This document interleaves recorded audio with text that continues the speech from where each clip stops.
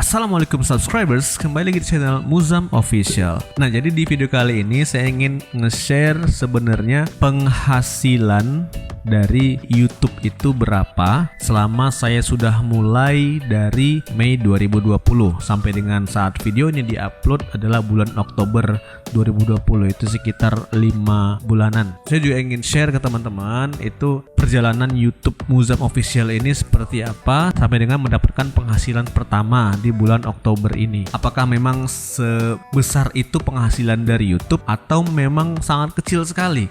Bagi teman-teman yang baru pertama mampir di channel ini, jangan lupa klik subscribe dan klik bel notifikasinya juga supaya nggak ketinggalan video terbaru dari channel Muzam Official. Langsung aja kita ke pembahasannya, tapi sebelum itu kita intro dulu.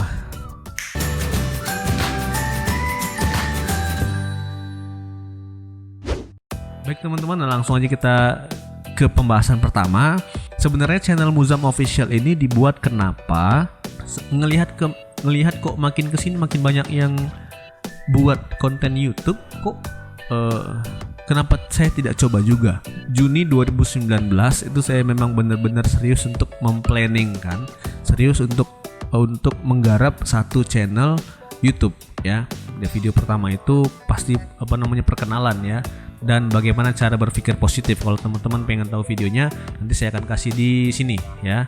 Klik aja di sini, itu video pertama yang diupload di Muzam Official. Nah, kemudian dari saya take video itu ternyata saya masih bimbang, masih ragu, dan masih ada juga kerjaan-kerjaan offline yang membuat tidak bisa atau masih ditunda nih untuk upload videonya. Barulah kemudian di Mei itulah saya baru pertama kali upload video YouTube-nya. Tanggal 2 video perkenalannya, dan tanggal 5 itu adalah cara berpikir positifnya. Itu adalah video pertama dan video kedua yang saya upload di Mei. Nah, jadi dari planningnya itu Juni 2019, kemudian resolusi buat take videonya di Januari 2020, baru di Mei 2020 berani upload ke YouTube-nya langsung karena merasa sudah siap. Jadi persiapan saja itu butuh 1 tahun.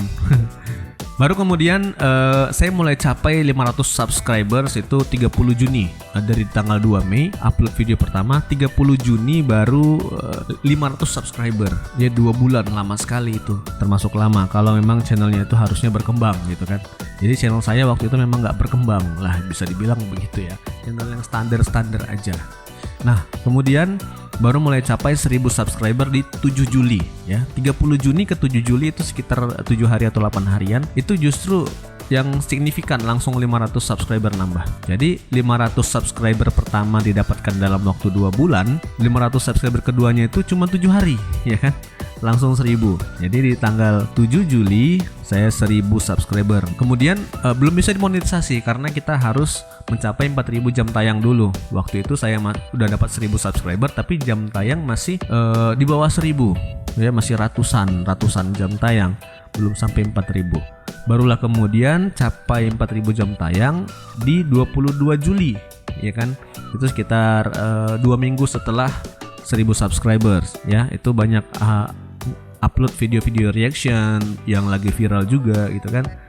Kemudian capailah 4000 jam tayang, dan tanggal 23 Julinya saya langsung ajukan monetisasi. Saya lihat tanggal selanjutnya tanggal 24 Juli, oh masih dalam ajuan. Selanjutnya saya pantengin terus setiap hari di bulan setelah ajuan monetisasi itu sudah di approve belum. Ternyata belum sampai 7 hari. Tanggal 27 Juli baru ada pemberitahuan. Dan ternyata ajuan monetisasi ditolak. Aduh, kenapa ditolak gitu kan? Padahal sebenarnya saya mengharapkan itu diterima agar bisa langsung dipasang iklan begitu kan. Tapi ternyata ditolak. Nah, jadi setelah ditolak, saya lihat di emailnya itu ada pemberitahuan bahwa channel Anda kena copyright gitu ya. Di beberapa video yang saya upload dengan reaction itu ada kan lagu-lagu tuh. Reaction lagu yang lagi viral waktu itu ada lagunya Aisyah istri Rasulullah, kemudian ada lagunya Blackpink juga, ada lagunya, bahkan sampai lagunya KKI itu kena copyright ternyata gitu kan. Nah, saya waktu itu nggak tahu dan bodoh banget. Setelah itu saya tahu ternyata ini penyebabnya dan harus saya lakukan action untuk video ini, apakah dihapus atau di mute. Di mute maksudnya saat reaction lagunya itu diputar, jadi suara lagunya itu yang orang nyanyinya itu dikecilin, tidak ada gitu ya. Kemudian setelah diedit jadi videonya itu kayak kita dengerin orang lagu tapi nggak ada suaranya gitu kan. Barulah kemudian saya lihat bisa diajukan lagi monetisasi tanggal 27 Agustus. Jadi 1 bulan setelah 27 itu, 27 Juli bisa 27 Juli ditolak gitu kan.